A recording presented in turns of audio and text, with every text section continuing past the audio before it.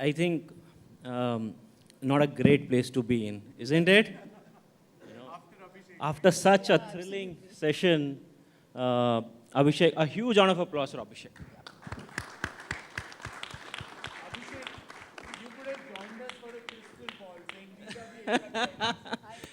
the Exactly, I think that was my... accurate. Yeah, I think we should have done this session. It's like, hey, give us the trends, for the next 10-year trends of future workplace. I think that would have been amazing.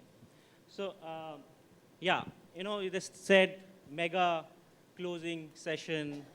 This is the last session just before the dinner. After such a thrilling session, there's anyway, a lot of pressure on this panel right now. And I think we are hugely delayed as well. So in the interest of time, we'll try to keep it crisp, meaningful, and we'll try to ensure as a panel that there is a takeaway for each one of us from this session.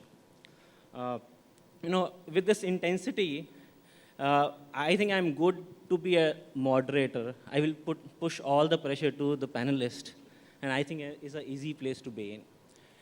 The conversations around future of workplace. And when we said workplace, we're talking about work, workplace, and the workforce. I think the conversation is very, very interesting. And it is multi-dimensional in that context. When we talk about work, we're talking about the roles, the competency, the capabilities, whether what is relevant today, what would be relevant tomorrow. When we talk about workplace, we're talking about hybrid, virtual, whatnot. I think whether they would be workplace or not, we don't know. And the third is the workforce. We're talking about the questions are whether we will have employees, whether we'll have full-time employees, gig employees. Do we even have employees? The corporate structure will evolve or something new will get created. And I think what we are here is to maybe, we spent 2 days discussing about various aspects of this. In this conversation, what we'll do is, we'll take the CHRO's view. We've spent 2 days here, a lot of learning for us.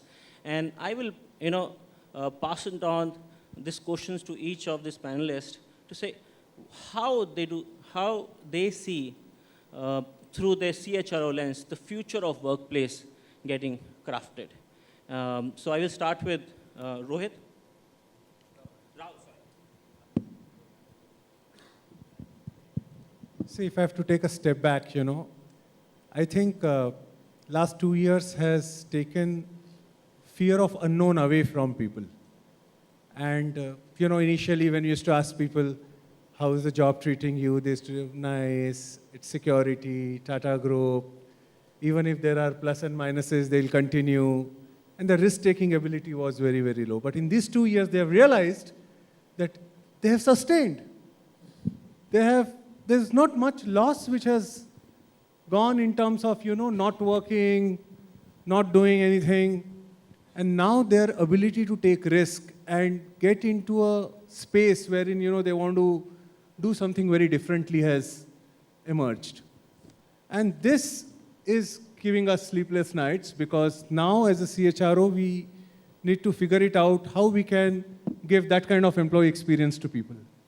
What is the role that we want leaders to play? Okay? Yes, when the complexity hits the organization, system adapts. But the question is that what is the role that you want leaders to play? To what extent they need to control or to what extent they need to let go of? And do you really wait for crises like this to happen to learn or you proactively democratize? Fantastic. I think the crisis itself opens the opportunity for learning, and I think the pandemic really opened up a new dimension of looking at workplace. Thanks, Rahul, for that. Loly, what's your thought? How the last 2 years have changed your perspective around future of workplace? Yeah, I think the last 2 years is something which, there was no playbook to go by. I think the unprecedented pandemic crisis, which we all, and I think all of us here in the HR fraternity, got this opportunity to really put our best foot forward in terms of making sure that I always believe that it's important to keep employees, people at the core of everything that we do. Because when we take care of people, people automatically take care of the business and clients. And I think the pandemic time was no different, right? For most organizations, I mean, that we all come from, we were all used to working in an office environment. And suddenly the whole shift where we had to virtually overnight lock, stock and barrel, empty out the offices, move to our, the residences, was actually unthinkable. And I think this is, so all these years when we talk about a VUCA world, I think the last 2 years was VUCA at its, zenith of sorts. And I think the future is also going to be as uncertain, as volatile as one can think. And while I don't want to sound like a cynic when I say this, but I think it's important for all of us to be, as Bruce Lee has this beautiful quote which says, be like water. All of us here in HR come with the responsibility, and I think we carry great powers, with the kind of people policies that we are able to formulate. And as they say, with great power comes great responsibility. So I think the CHRO role is going to be at the forefront to really see that we are able to create an environment of trust, care, open communication. When the whole great resignation that people talk about, I also read some amazing articles, on the ETHR too, which talked about why it is that people many a times leave, not just because of higher pay, or, they are getting, I think through the last 2 days, we talked about 80%, 100% hikes. It's also a lot to do with, introspection to see where are we creating an environment for them, because money is not always the only motivator. There are other things, and I think it is important for us to really look at what is it that we can do to keep people engaged, right? The whole employee experience is about how we can create an environment where people see there's growth happening. And most importantly, I think we all know the adage which goes by that people join organizations, they largely leave because of their immediate managers. So how can the CHRO, the HR team create more HR leaders within the organization? You just cannot have one HR department to take care of the entire this. So how do you make the line managers become better people managers, so that a lot of the issues are diffused at that level itself? The whole economy, the way it is going, I mean, we don't know. There's disruption every single day. Every day you pick up the newspapers, you read articles about, and different controversial topics. So whether it is, the whole thing is around what is right, what is not right, and each organization may have a different viewpoint. But I think as HR, we are not just the conscience keepers of the organization, but it is about truly building an organization which is a very conscious organization. And I think so HR plays a very, very crucial role. In the afternoon during one of the roundtable discussions and post that, we were talking about the role of HR in actually, telling at times the CEO that this is not the right thing to do, right? It is, and during crisis time, sometimes it does become that, there would be many people, and I hear a lot of my HR friends and from the fraternity who talk about, eventually they say business rules. Yes, business does rule. Nobody is taking that away, but provided we are doing things which is what is right for the organization, what is right for the people.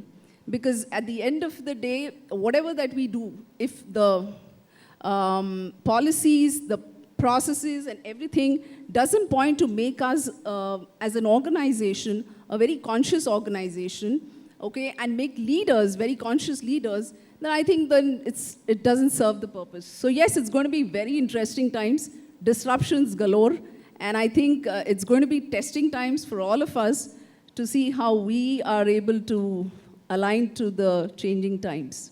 Yeah, absolutely. Thanks, Loly. In fact, there were many key words in your sharing, and I think the one that I really strongly connect with is unthinkable is thinkable, right? You need to be water. You need to be fluid, right? And one thing was that you cannot predict future. Last 2 years taught us that you really can't predict future. Rajesh, coming to you, when you are predicting the future of workplace in your own world through the CHRO lens, do share an example. How do you see things changing. So how you're doing something today would differ when you're dealing that, say, few years, 7 years, 10 years from now. Okay, I don't know if I can look at that far, 5 years or 10 years, but a few years down the line, yes. You spoke about the unthinkables. We, as a company, went through a lot of unthinkables.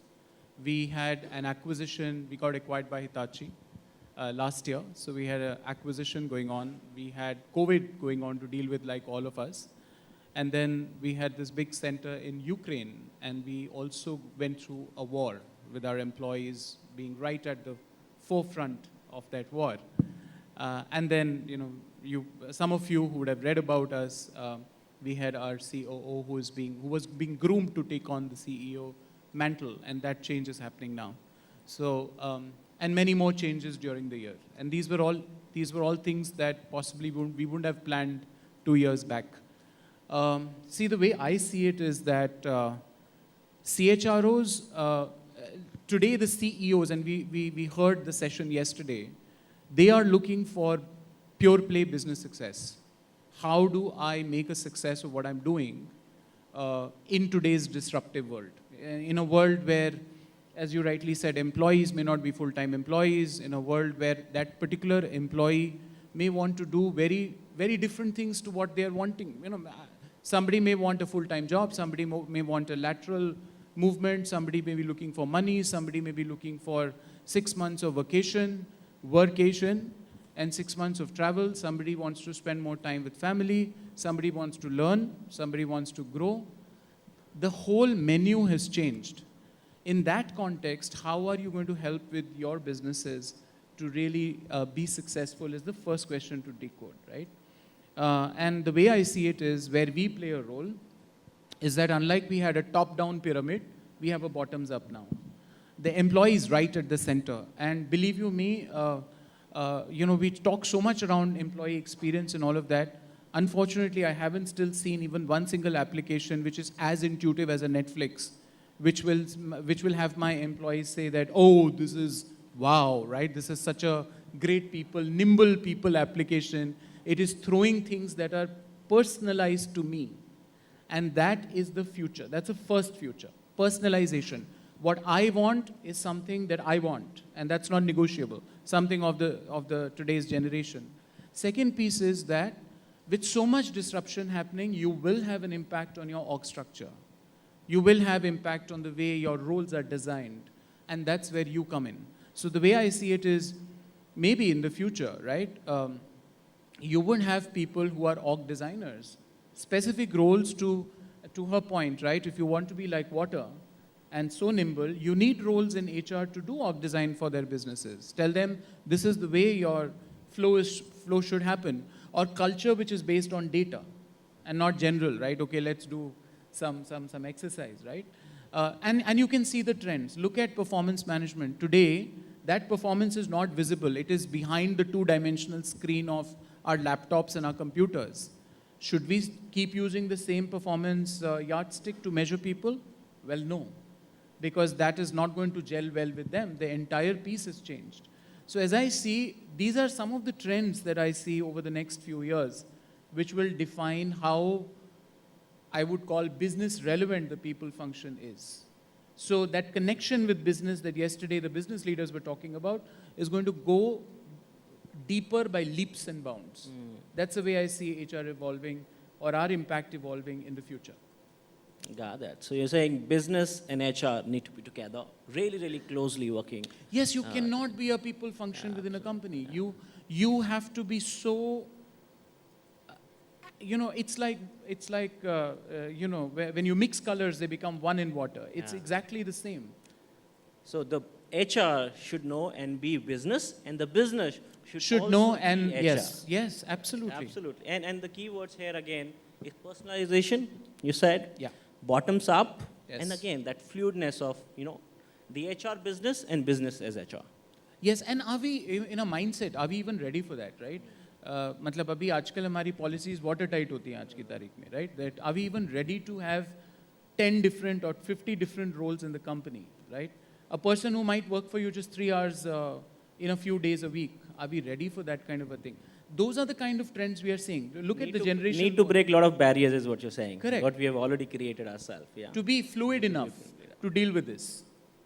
Absolutely.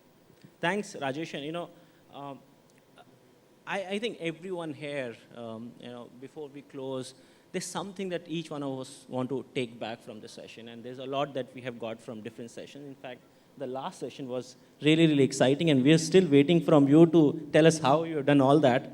But I think if each one of you, from your personal experience, have to share that that's one takeaway that you would want each one of us here, the CHROs, the CLOs, the leadership who is present here, they should take back when they are, building their future strategies. So what is that they should keep that in mind while each one of us go back in our organization and build our strategy for the future workplace.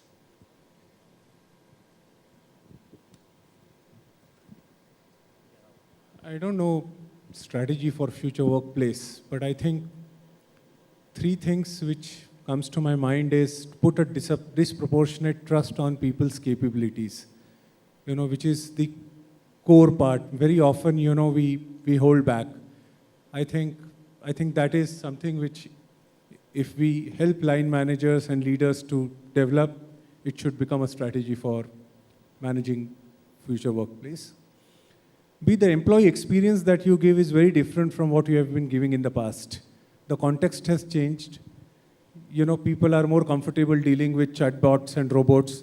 And I think leveraging digital will play an extremely important role. One such example in our business we have done is we have institutionalized a chatbot, and my employee engagement team has been deployed and optimized to do something else. And the chatbot was connecting with people at every interval and using artificial intelligence to take the data from them. And it was changing their questions. So for example, at 10th day, if you are connecting and you say that, I don't know what is expected out of me at work, on 45th day, it will pick up that question. Here, last time you have given a sad smiley for this. Did that been addressed? And that kind of data is fed to the HR team, and HR team keeps working with and building on that. While I say that, the context may change, content of the job remains the same, The delivery of what you do may change. And I always believe, someone has asked me, आप HR में करते क्या हैं? क्या करते हैं आप? तो मेरा जवाब बड़ा simple था, and I think you all will relate with that. सुंदर सुर सजाने को साज बनाते हैं, नौसिखिए परिंदे को बाज बनाते हैं. समुंदर तो परखता है हौसले कश्तियों के, हम तो डूबती कश्तियों को ही जहाज बनाते हैं. शिकायतें सुनते हैं सभी की, तभी तो दुनिया बदलने की आवाज़ बनाते हैं. बनाए चाहे कोई चांद पे बुर्ज खलीफा, भाई हम तो कच्ची ईंटों को ही ताज बनाते हैं. So that's what the talent management and talent identification is. Beautifully said, Rahul. Thank you. Yeah. Okay, I think, very honestly, Sachin, I think the future for HR is not very much different from what it is probably, like we rightly said, it's going to get more challenging and so on. But I think for any HR, whether it's a CHRO or at any level, I think the key is to be at the heart of the business. The only way to have the seat at the table and not just be, where, you're just told about it, but you're actively participating in every business decision of the company, only happens when you understand the business as well as the business owners do. So you're able to actually get the business owners ahead of the curve by actually sharing insights, because I think HR has a lot of access to market intel, much more than even the sales guys and operations guys, because you're constantly meeting people, and if you keep your eyes and ears open and you have your ears to the ground, you know much more. So I think that's something which, speaking for myself, I think it's very important for us to really be at the heart of the business. And again, like I said earlier, have every single line manager, so whether it is, no matter who it is in the system, perform as a people leader themselves. So, you have HR skills disseminated throughout the organization. And last but not the least, I think it's about keeping everything very simple, right? I think it's going back to the basics, creating an environment of a culture of trust, care, and open communication. An employee, no matter what the level, should have the freedom to come and say whether he or she likes the coffee in the cafeteria to whatever, and we do something about it. Even the most trivial issue, which may seemingly be trivial to us, may carry importance to that person. I think the minute we do that, the engagement levels can go through the roof. I remember when I know we at times, I remember when we launched about 6 months back, we said work from anywhere. We gave people the flexibility, work from anywhere as long as it works. So we told people it's important we are here because we are here to service the clients, right? So as long as you're delivering, you're performing, we don't care whether you're sitting in whichever part of the world. But if we see there are gaps, or for whatever reason you're not, then you sort of get aligned. I think it's worked very well for us. The last couple of years, we've had engagement levels in the range of 88 to 91%.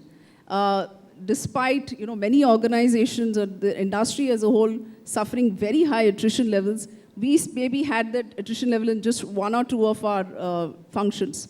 So I think it's about open communication, trust, and making people feel that, we've had a lot of boomerang employees. People leave and then actually wanting to come back. It's all about the culture.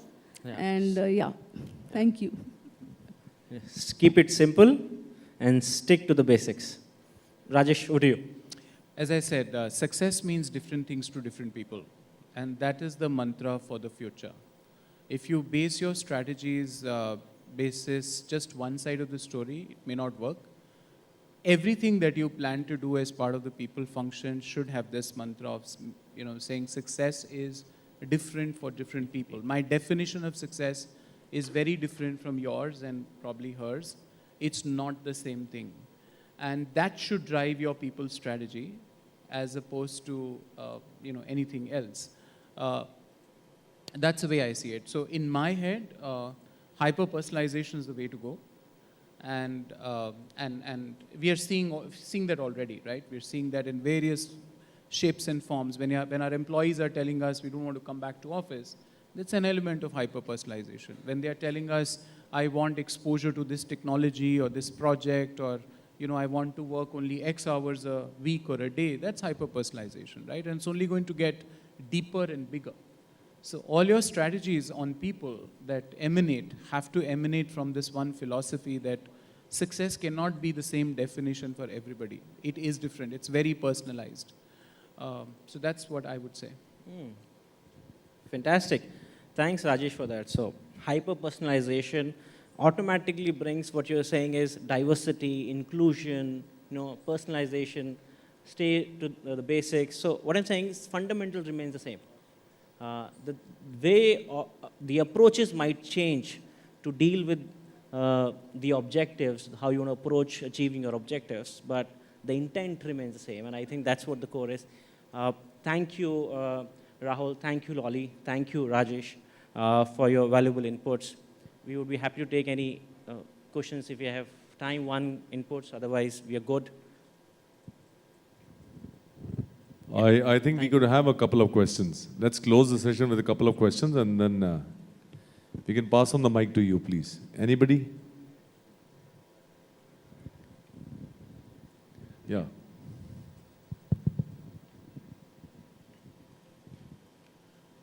Hi, this is Abhishek here. Want to check, what's your thought on this current issue on moonlighting which is going on? I think this one topic that the whole last 2 days, we all are avoiding to have a conversation, right? No, I think, and I can start and others can add, very, very clear about it. See, the issue is not about moonlighting a person working for 2 or 3 places at the same time. The issue is not about work. The issue is about ethics. If you are very clear in your head that you can be upfront with your employer and tell them that, look, this is what I'm going to do. This is how it may or may not affect your business or your work, and there's no conflict of interest, I don't think there's a challenge. The challenge of why this becomes a controversial question or a controversial subject to deal with is because people are doing this behind the back. And that is not okay, right? Ethics of any kind in anything is not okay, right? There's another word that is floating around these days is quiet quitting, right? And there are so many interpretations of quiet quitting. Well, come on, you're hired for a role, for an impact, right? Where does the question of quiet quitting come into play, right? What if that quiet quitting is applied to your compensation? It will hurt, right? It's the same way, right? So I think it's just too much of, I think ethics is right at the center of it all. In my head, if somebody really wants to be successful, just go apply your mind on the job, be extremely focused, deliver, and nobody can stop you from being successful. The challenge is, where you get, you want to do 5 different things, and you don't want to share it with your employers, that I'm doing this, and that is wrong. That is not right. Yeah, so Rajesh, I would just build on it. So there's nothing new around moonlighting. The conversation was always about values, integrity, which was always there in the past, is there, will be there in the future. Now the conversation is that this is one more way of, not in line with integrity. There's values, ethics at stake. And till the time Rajesh said it's transparent, we've been doing that for years. And somebody say, hey, I'm having a band and I do that on the weekend. Would that be okay? Yeah, absolutely okay. It should not impact our work, and we are good with it. And when you're saying that I'm working with another company, I'm not disclosing, I'm getting to know after you join, that's a little tricky, which always was tricky, is tricky, will continue to be out of integrity. So I think it's just that the conversations are happening. Otherwise, it's the old same concept. Values is something that is non-negotiable. Hi, I have a question. I am Dr. Nirupma Srivastava. I am CHRO with Create Global Delhi. So my question with the panel, what 2 things which you like, which will make HR people relevant in the coming future? Yeah. So I think HR was and will be more and more relevant, especially for the future. Maybe the was may not be that much, is when HR is fully ingrained into the business. You understand the business so well that all the strategies that you have for the people part of it is completely aligned, and that's where you become not just relevant, but you're value adding. So I think being at the heart of business and being able to be also the people champion in a whole lot of ways. So when I say people champion, I don't necessarily mean with the context of saying, or do everything for people, even if it is going to hurt the business. No, having the right balance. And therefore I say it's very important to be at the heart of the business, and that's when you can be a better people leader. No, I have a contrary view. Very often in the quest of understanding business and becoming business champion, we are really losing the flavor of HR. I have seen HR managers just not there when it comes to functional skills, behavioral models, confronting conversations, having crucial conversations, and they are just becoming a yes man because they're hearing that we want to be business experts. Because there are so many people to manage your business. There is the entire executive team, the sales managers, the marketing managers, the supply chain managers. Yes, it is good to have an appreciation, but don't lose the flavor of HR. I think very often we are missing out, and there is a dearth of good HR professionals. When you interview people, they just don't. I'm sorry to say that, lag behind when it comes to functional skills, the conceptual knowledge. I think we need to really. So there's that fine line. I think balanced. I think that's where it's. You know what? The nurturing piece of the workforce comes very, very nicely to us. When you have to nurture the workforce. When I say nurture, meaning you're taking care of them, compassion, or all those things come very, very naturally to us. But I still fundamentally believe that the future still lies in not bucketing ourselves into various buckets, that we are supply chain and we are people and we are IT and we are this and we are that. Because the future is fairly disruptive. And in my head, these roles are going to be very fluid into each other. The business guy will have to be as much a HR or a people guy as a people guy will have to be as much a business guy or an IT. I mean, we keep hearing about how CHROs and CIOs are going hand in hand. Why did that happen? Because disruption led to it, right? So, but I think to Rahul's point, one thing that we should retain as a function, despite trying to get around these boundaries, is this ability to nurture the workforce and maybe teach others as well that this is how you take care of your people, right? And taking care is not not being nice when things are not right, or not being direct when things are not right. Taking care is with boundaries. How do you still take care of your people? That's what I feel. Thank you so much. And one It's last thing I wonderful. would say is probably get into creating a coaching culture. I think when we deal with That's millennials... what I was about to add here, because Yeah. when both of them finished, I was about Yeah. to say this, yes. When that we you deal have with to become a millennials, coach. absolutely. And that is the only way to take it forward. Right. So it's Yeah. not just HR playing the role of a coach, but actually creating a coaching culture. Yes. Because I think the millennials that we're dealing with, they do not want so much to be told. So we have to probably gradually move away from mentoring to seeing how we can coach them, and that's what is more inspiring for them. I would One of like the- to add one point here, that what I feel as a HR professional, we have to be more strategic so that we should be able to understand the business, not only understanding the business, but looking at the competitor point of view as well. So that once we are at the heart of the business, we should be strategist as well. And so that once we incorporate our strategies, it should be better, and we should be cutting edge should also be incorporated there. See, one So of the that roles. is one thing which I really look at. See, one of the roles we as HR managers do and must do is, sorry for being prescriptive, is, helping people to shift their focus from a job-based organization to a role-based organization. True. A job of a manager is to assess people, to evaluate people, but the role of the manager, as you rightly said, rightly said, is coaching people. The job of a teacher is to teach, but the role of a teacher is to be available for students at any point of time to clear their doubts. I think the day we will shift that, and this is the role we play as HR managers to do that, and I think we'll stay relevant. Sure. And Thank you so much. Coaching is not the touchy-feely kinds of coaching. Huh? This is hardcore, where you see a shift in the strengths that the person really brings to the table, right? So through coaching, you should be able to see that transition from saying, okay, this person was here, and now this person is there. So it's not that goody-goody kind of thing, right, that I'll help you. It is actually hardcore. That's how I see it. Thank you. Thank you. Thank you so much.